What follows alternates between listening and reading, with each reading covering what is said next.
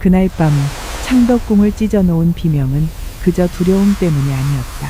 그것은 한 사람의 삶이 산산이 부서지는 소리였다. 한 예술가의 혼이 무너지는 순간이었다. 먹냄새가 은은히 퍼지던 낙선제. 20살의 안평대군은 조용히 붓을 들고 있었다. 그의 선은 마치 살아 숨쉬는 듯했고 지켜보는 이들은 신의 기운을 보듯 숨을 죽였다. 그에게 있어 예술은 그저 재능이 아니었다. 운명이었다. 피 속에 새겨진 길이었다. 하지만 그날 그 운명은 무너질 준비를 하고 있었다. 문 밖 발소리가 들렸다. 그의 유일한 친구 강희가 조심스럽게 다가왔다. 방 안엔 산수화와 인물화, 수십 점의 그림이 쌓여 있었지만 안평대군의 표정은 채워지지 않는 그리움처럼 허전했다.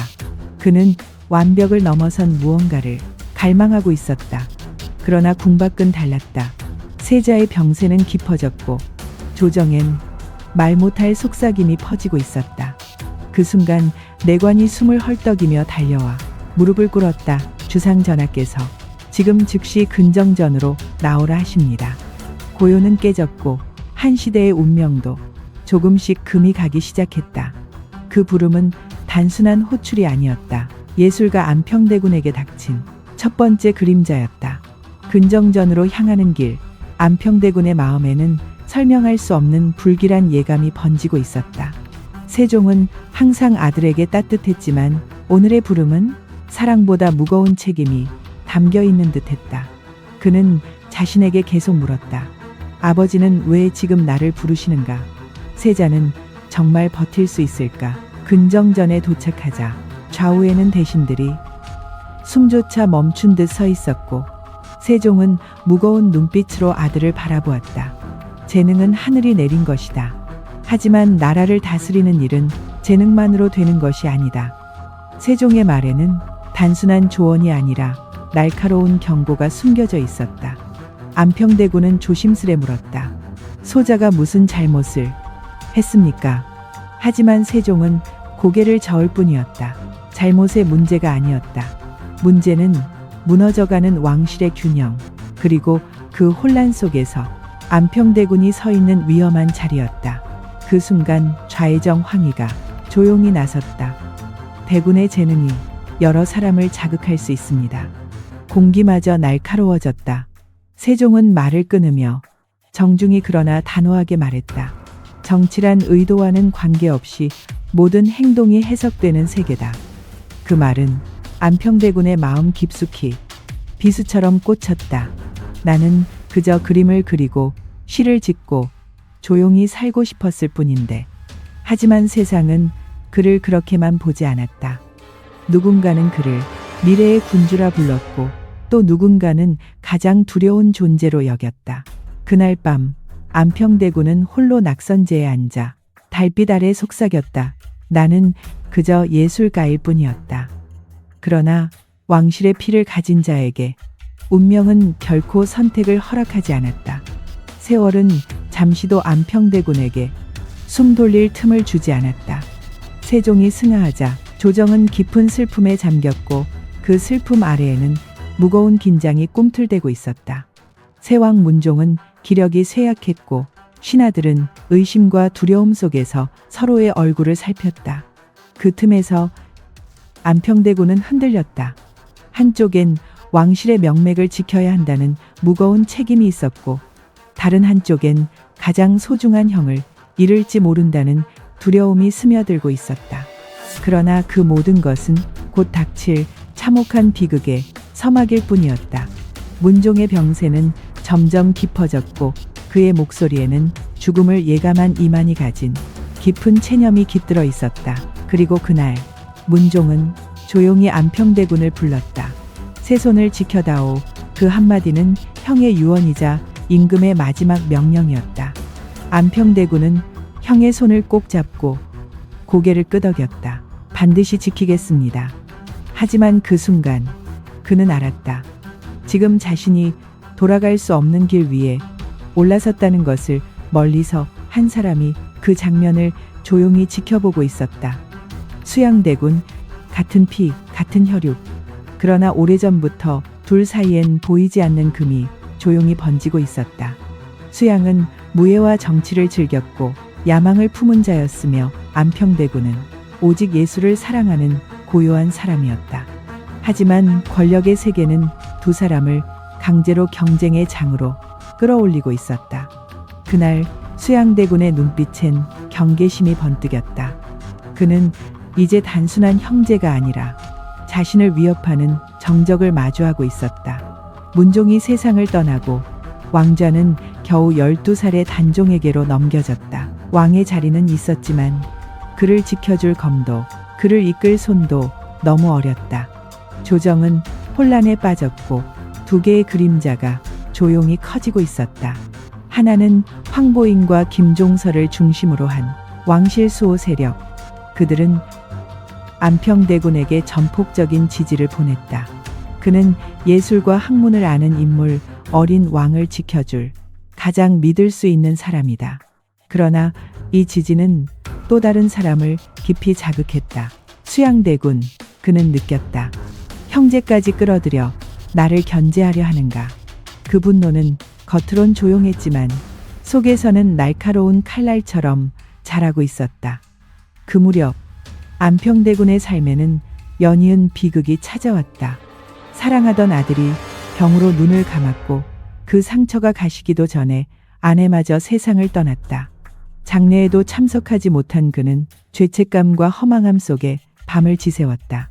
나는 모든 힘을 다했지만 정작 지키고 싶은 사람은 지켜내지 못했다.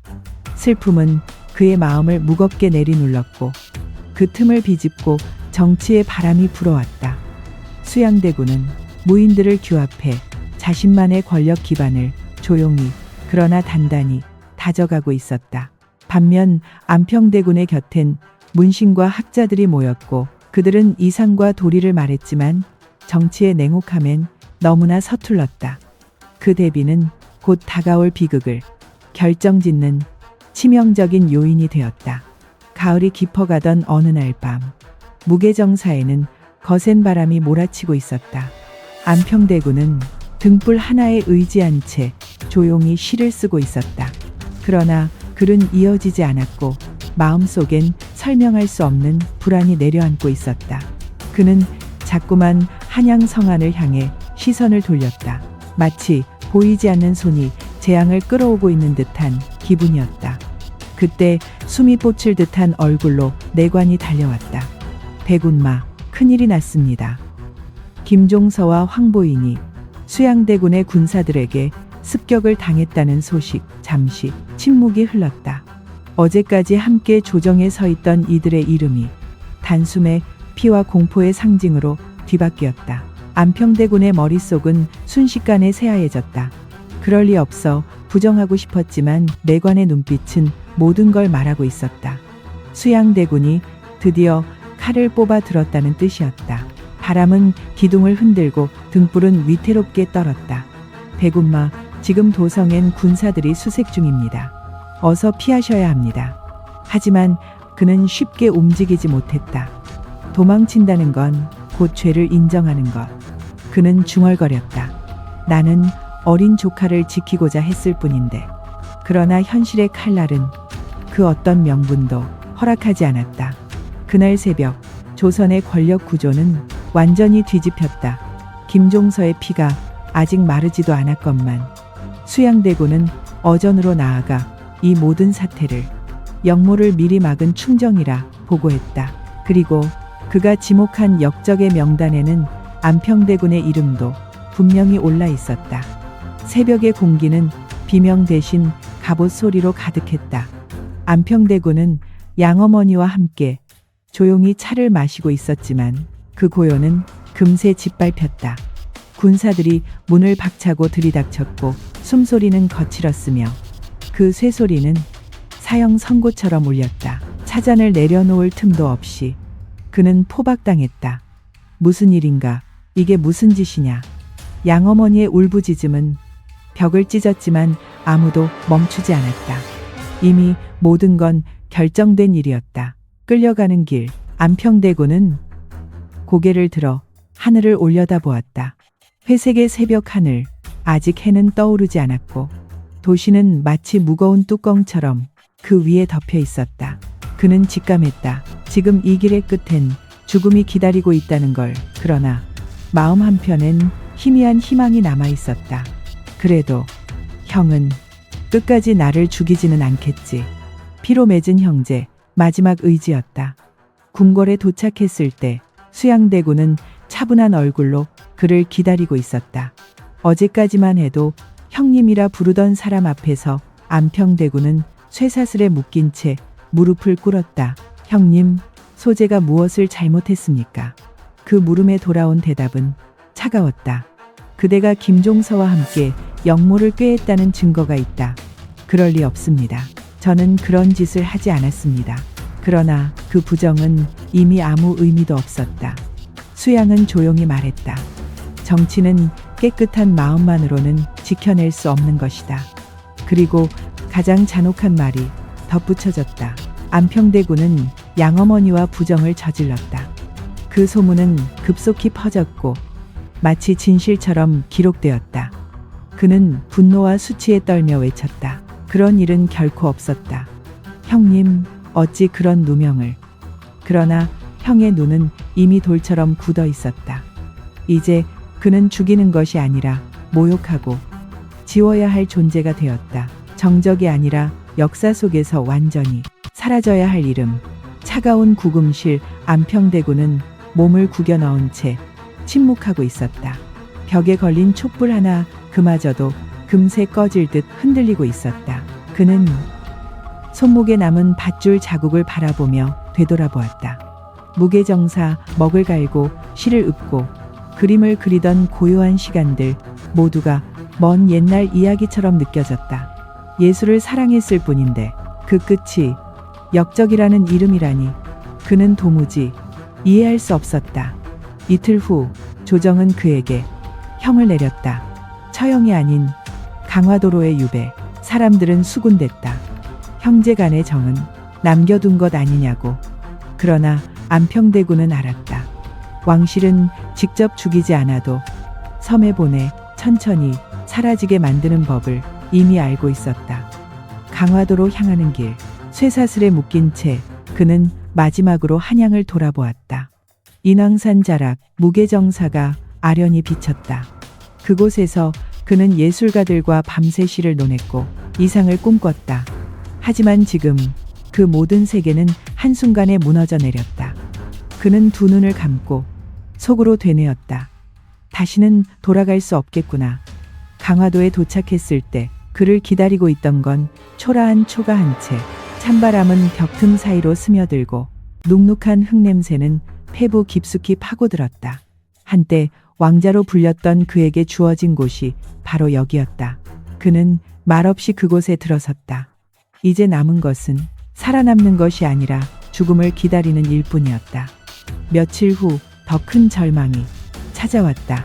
그의 어린 아들 이직이 함께 강화도로 유배되었다는 소식. 무릎이 꺾였다.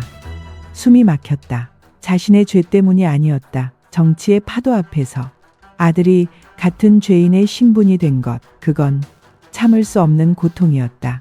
아직 유배에 익숙해지기도 전이었다. 하지만 또 다른 명령이 내려졌다. 이번엔 교동도로 이송, 강화도보다 더 외진 섬. 대부분의 죄인이 그곳에서 생을 마감했다는 악명 높은 섬. 그는 알았다. 이번 길이 마지막이구나. 짐이라도 챙기려 했지만 남은 건 아무것도 없었다. 교동도로 향하는 배 위, 바람은 유난히 거칠었다. 차가운 물살이 선체를 때릴 때마다 배는 크게 흔들렸다. 안평대군은 옆에 앉은 아들의 손을 꼭 잡았다. 이직은 미소를 지으며 말했다. 괜찮아요, 아버지. 하지만 그 눈가엔 말할 수 없는 두려움이 번지고 있었다. 안평대군은 아들을 바라보며 아무 말도 하지 못했다. 자식에게조차 위로할 자격이 남아있지 않은 듯했다. 그리고 교동도에 도착한 날 관리는 차가운 문서를 내밀었다. 그 안엔 모든 것이 쓰여 있었다. 안평대군과 그의 아들에게 내려진 형, 사약, 결국 그날 새벽배에 오를 때부터 죽음은 이미 정해져 있었던 것이다. 관리의 목소리는 감정 하나 없이 형을 낭독했고 안평대군은 천천히 고개를 숙였다. 형님마저 나를 죽음으로 믿기지 않았다. 그러나 운명은 그를 놓아주지 않았다. 그 순간 조정에서 또 다른 문서가 도착했다. 수양대군이 덧붙인 마지막 죄목, 양어머니와 부정을 저질렀다. 정치적 반역자로 죽는 것도 억울한데 이젠 인간으로서의 이름까지 짓밟으려 하고 있었다. 안평대군은 떨리는 주먹을 쥐고 말했다. 진실은 언젠가 드러날 것이다. 하지만 그 말은 아무도 듣지 않았다. 그날 밤 안평대군과 아들은 조용히 눈을 감았다. 그의 죽음은 검으로 이루어진 것이 아니었다. 칼보다 더 차가운 것, 침묵, 왜곡된 기록, 그리고 의도된 망각. 그가 사랑했던 시도, 그가 그렸던 그림도 이젠 함께 묻힐 운명이었다. 조선은 한 예술가를 죽였고 그의 이름마저 지우려 했다. 죽음은 끝이 아니었다. 조정은 그의 흔적을 지우기 시작했다. 먼저 무게정사가 불탔다. 그곳은 그가 밤새 시를 짓고 예술가들과 이상을 나누던 성역이었다. 불길이 기둥을 삼킬 때 마치 한 시대가 울부짖는 듯했다. 그 다음은 서화.